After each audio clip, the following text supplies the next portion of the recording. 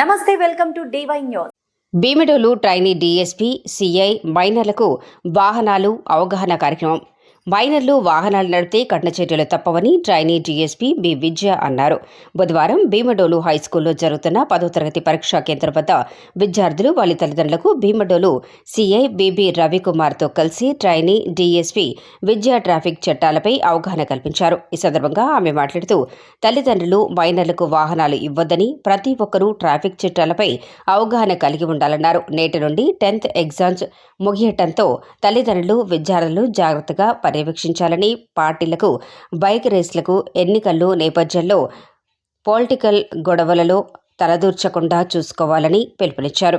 Bhimadolu CI Ravikumar మాట్లాడుతూ వాహనదారులకు జరిమానాలు విధించడం తమ అభిమతం కాదని, రోడ్డు ట్రాఫిక్ నిబంధనలు పాటించని వారికి జరిమానా విధిస్తామన్నారు.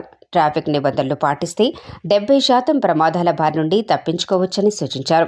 ఈ సందర్భంగా లైసెన్స్ లేకుండా వాహనాలు నడుపుతున్న మైనర్లకు కౌన్సిలింగ్ ఇచ్చారు. భీమడోలు ఎస్ఐ వై సుధాకర్ అవగాహన కార్యక్రమంలో పాల్గొన్నారు.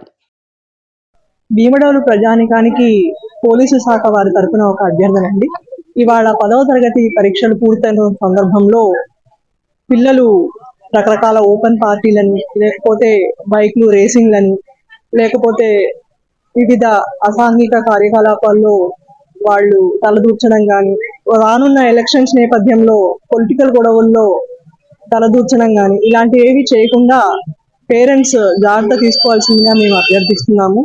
10th క్లాస్ పాస్ అవ్వడం అనేది పిల్లల జీవితంలో చాలా ఇంపార్టెంట్ జంక్షన్ ఆఫ్ లైఫ్ అండి. ఈ టైంలో అడాలసెన్స్ ఇన్నోసెన్స్ అనేది ఒకటి ఉంటుంది.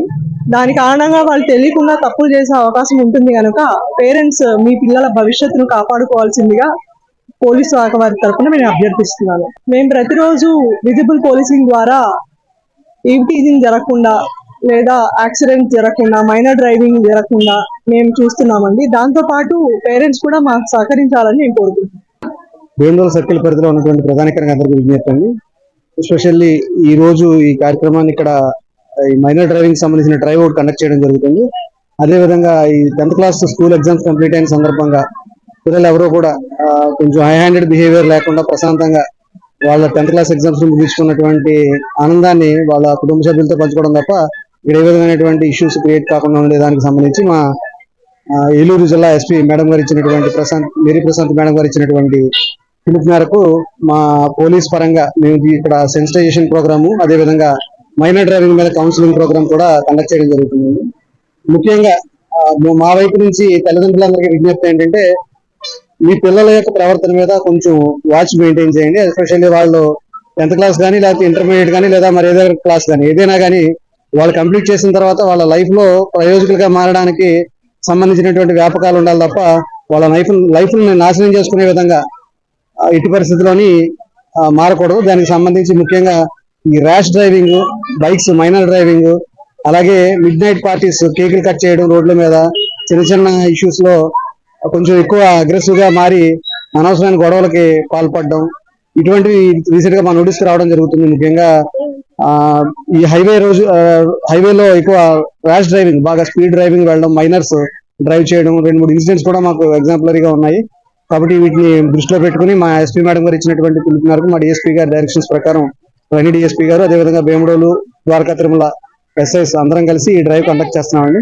ఇది కేవలం ఎవరిని ఇబ్బంది పెట్టే ఉద్దేశం కాదు, కేవలం తల్లిదండ్రులకి జస్ట్ ఒక మేలుకొలుపు లాంటిది.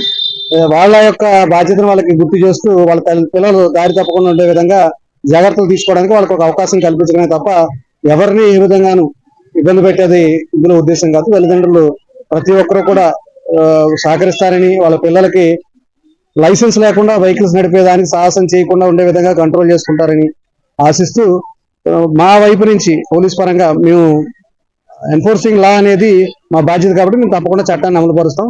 మీకు ప్రతి ఒక్కరూ సహకరించాలని కోరుకుంటున్నాను. Thank you.